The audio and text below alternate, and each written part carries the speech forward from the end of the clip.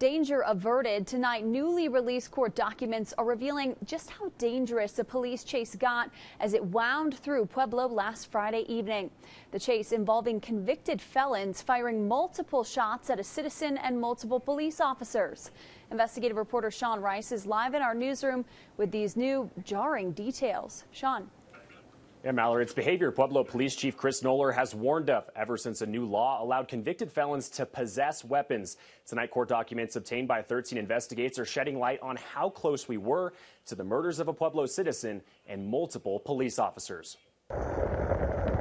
A police chase along 3 heavily populated areas of Pueblo is sending shockwaves through the community. Bullet holes now remain outside a citizen's home in South Pueblo, where the chase of these 2 men, Michael Bundy and Ted Heredia, began. The citizen in question tells 13 investigators he encountered the men as they were stealing items from his garage. When he caught them, he was met with gunfire outside of his home. Then the pair of convicted felons in a stolen vehicle took Pueblo police officers on a chase.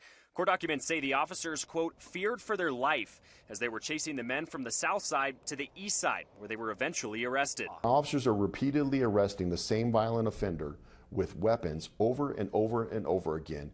At some point, they're either going to shoot my officers or my officers are going to have to shoot them. When that person's in jail, when that person's in prison, that's not going to happen. These are the words Police Chief Chris Noller offered up to 13 investigators after convicted felons like Bundy and Heredia were allowed to possess weapons. Weapons now used in the furtherance of attempting to murder police officers and an innocent citizen. Heredia was a convicted felon on parole for drug distribution in recent years, a conviction that is not considered a Victims' Rights Act crime, thus preventing police from taking away his firearm.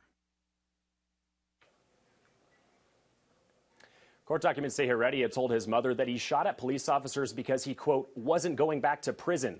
13 Investigates has reached out to multiple legislators who passed that new law called the Misdemeanor Reform Act. We have never heard back.